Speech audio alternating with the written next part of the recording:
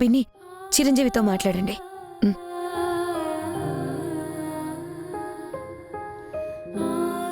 రేయ్, యాడుండవురా? ఎక్కడైపోయినావురా? నువ్వు అట్టా వెళ్ళిపోతుంటే చూస్తా ఊరుకున్నానే కానీ ఏమీ చేయలేకపోయినాన్రా. ఏం చెయ్యనురా? మీ నాయనకి ఎదురు చెప్పే ధైర్యం నాకు లేదు. అందుకే నువ్వు పోతా ఉంటే అట్నే చూస్తా ఊరుకున్నానే కానీ.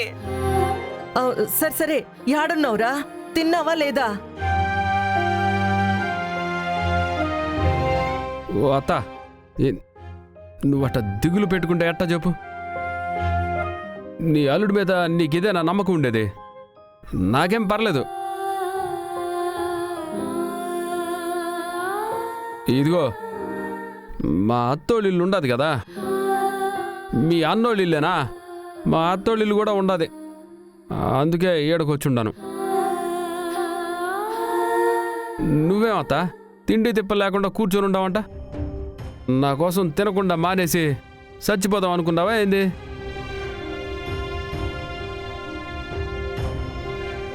నువ్వు పోయిన కాడి నుంచి నాకేమీ తోచడం లేదురా. క్షణము ఒక యుగంలా నడుస్తా ఉండదు.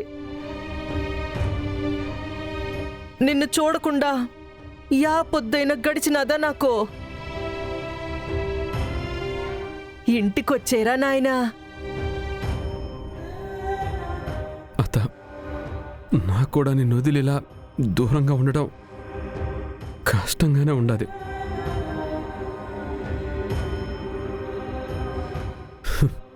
కానీ కానీ ఏం చేస్తాం? కాలం నాతో ఇట్ట ఆడుకుంటాంది. నేను యా పొద్దైనా మా అమ్మ మీద ఒట్టేసి మాట తప్పినానా? కావాలని ఇదంతా నాతో ఎవరో చేసినారు.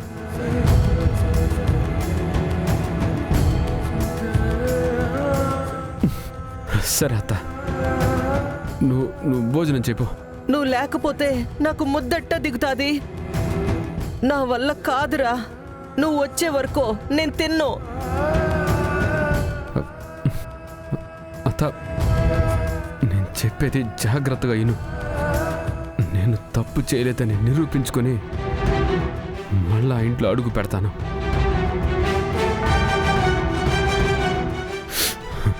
నన్ను నమ్ము. నువ్వు వెళ్ళి తిను. నువ్వు తిన్నావా? ఇంకా లేదు. అయితే నువ్వు తిన్నప్పుడే నేను తింటా. అది కాదత్తా, నేను చెప్పేది నువ్వు. నువ్వు ఏం చెప్పినా నేను విననురా. నువ్వు తినేప్పుడు నాకు ఫోన్ చెయ్యి. ఇద్దరం కలిసి తిందాం.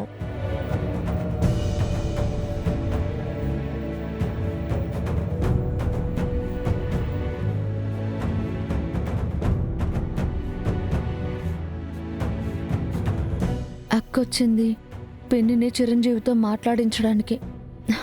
నేనే అపార్థం చేసుకున్నాను.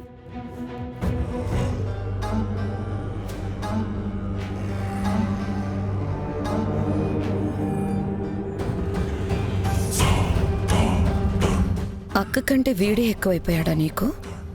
నాకు తెలిసే నువ్వు నన్ను నమ్మవని. అందుకే నిన్నో కంట కనిపెడుతూనే ఉన్నాను. చూడు చిరంజీవి, ఇక్కడ పరిస్థితులు నీకు తెలుసు. రోజంతా కష్టపడితే కానీ ఇల్లు గడవదని కూడా నీకు తెలుసు. అలాంటిది ఇలా కూర్చొని తినడానికి నీకు సిగ్గు లేదు?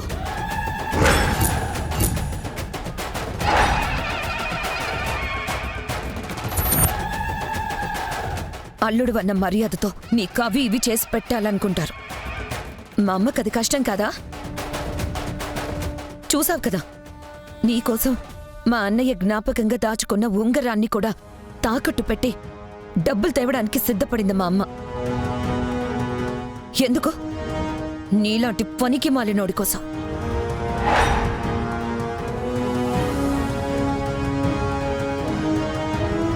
ఈరోజు ఉంగరం తాకట్టు పెట్టబోయింది, రేపు ఏముందని తాకట్టు పెడుతుంది? ఏ కిడ్నీయో అమ్ముకొని నిన్ను సాకాలి.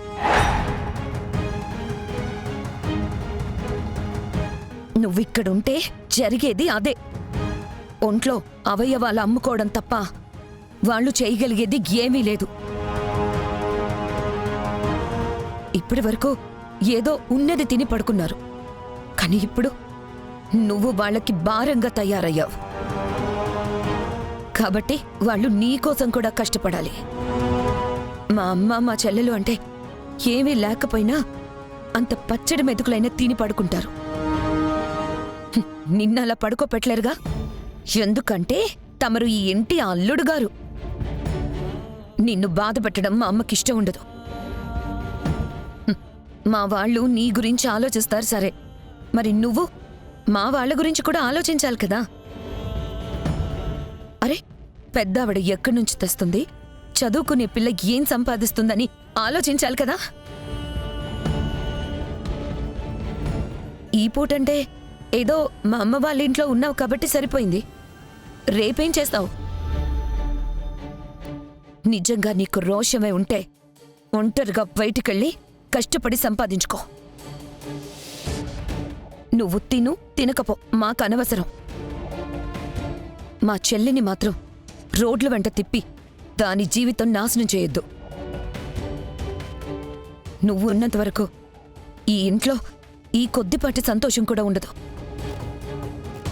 మా అమ్మ చెల్లెళ్ళు సంతోషంగా ఉండాలి అంటే వాళ్ళకి భారంగా నువ్విక్కడ ఉండకూడదు. నా చెల్లిని వదిలేసి శాశ్వతంగా వెళ్ళిపో.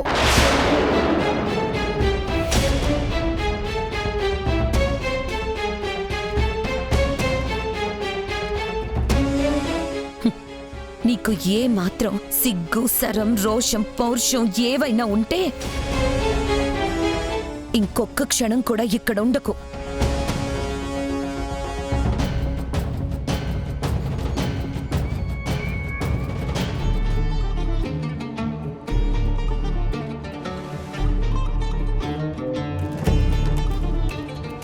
చిరంజీవి, భోజనం చేద్దు గాని రా.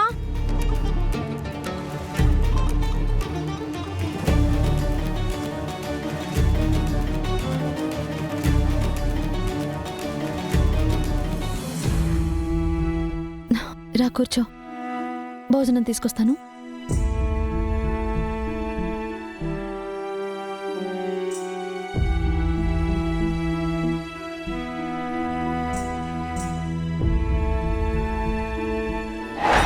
ఇలా కూర్చుని తినడానికి నీకు సిగ్గు లేదు? అల్లుడు అన్న మర్యాదతో నీకు అవి ఇవి చేసి పెట్టాలనుకుంటారు. మా అమ్మకి అది కష్టం కాదా? నీకోసం మా అన్నయ్య జ్ఞాపకంగా దాచుకున్న ఉంగరాన్ని కూడా తాకట్టు పెట్టి డబ్బులు తేవడానికి సిద్ధపడింది మా అమ్మ.